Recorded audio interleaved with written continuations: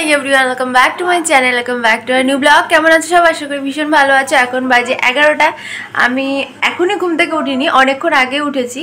তো ছেলেকে জাস্ট ঘুম থেকে তুললাম, আর সকালবেলা ঘুম থেকে উঠে আজকে একটা সুন্দর খাবার তোমাদের সাথে শেয়ার করছি। দাঁড়াও, এই দেখো, এটা হচ্ছে চাটনি ফুচকা।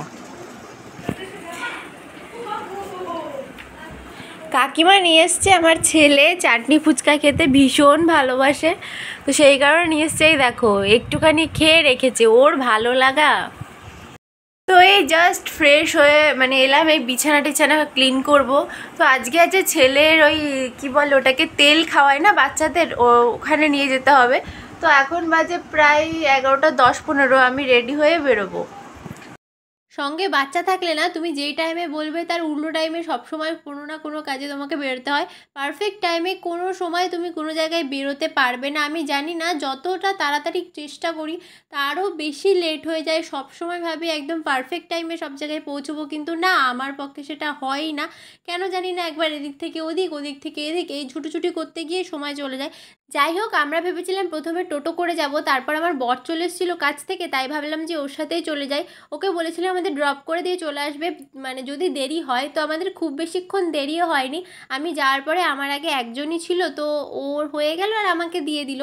যেহেতু আজকে তেল খাওয়ানো ছিল, সেই কারণে অত বেশি লেটও হয়নি, খুব ফাস্ট হয়ে গেছে। আর তারপর খাওয়ানোর পর আমরা বাড়ি যাব। আমরা জানো তো বাড়ি থেকে কিছুই খেয়ে আসিনি, আমার ছেলেও না, আমিও না। আর সকালবেলা ঘুম থেকে উঠে যে চাটা খাবো সেটারও সময় পাইনি, খুব তাড়াতাড়ি চলে এসেছিলাম। কালকে রাতে আমার শাশুড়ি মা একটা রেসিপি করেছিল, নতুনই বলতে পারো আমাদের কাছে, আমরা আগে কখনো ট্রাই করিনি।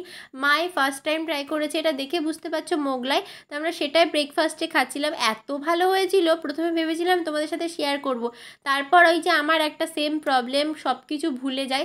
যখন রেসিপিটা পুরো হয়ে গেছে, অল্প কিছু বাকি আছে, তখন আমার মনে পড়েছে যে না, তোমাদের সাথে শেয়ার করতে হবে।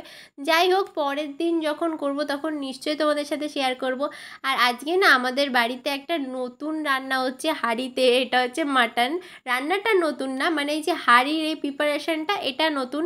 এই যে দেখো, একটা অর্ডিনারি উনুন বানানো হয়েছে, আর এখানে সবাই মিলে খাচ্ছিল। ওই যে আমাদের নতুন জামাই, আসলে আজকে ওকে ওদেরকে নেমন্তন্ন করা হয়েছিল, সেই কারণে স্পেশালি এইভাবে রান্না করা হচ্ছিল জামাইয়ের জন্য। এই দেখো, ঝাল ঝাল লাল লাল মাটন।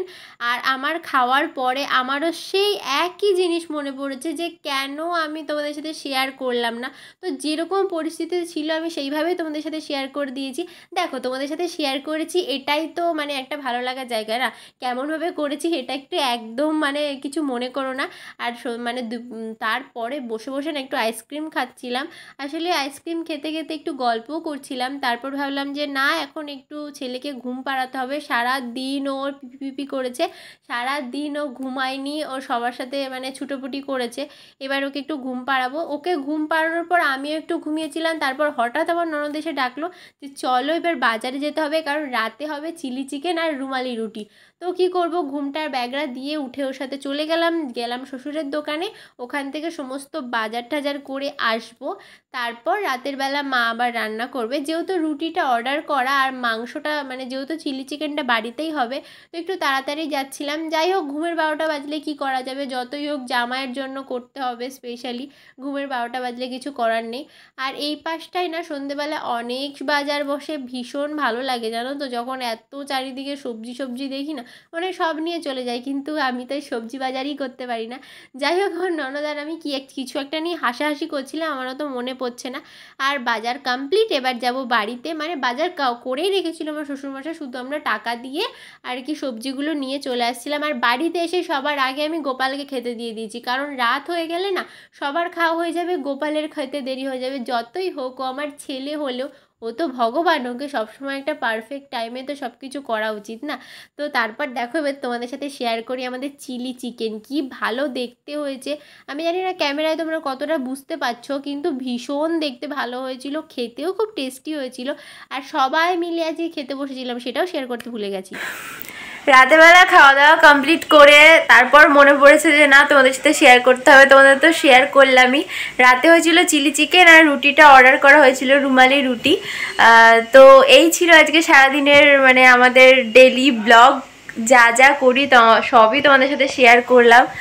তো খুব বেশি ক্লান্ত লাগছে আর ভালো লাগছে না, এবার ঘুমোতে যাই, দেখি কখন শুতে পারি। আসলে আমার ছেলে তো যখন দয়া করবে তখনই ঘুমোতে পারবো। তো যাই হোক, আজকের ভিডিওটা কেমন লাগলো প্লিজ আমাকে কমেন্ট করে জানাবে, আর ভালো লাগলে একটা লাইক করে দিও আর চ্যানেলটা সাবস্ক্রাইব করে দিও। ততক্ষণের জন্য টাই বাই, গুড নাইট।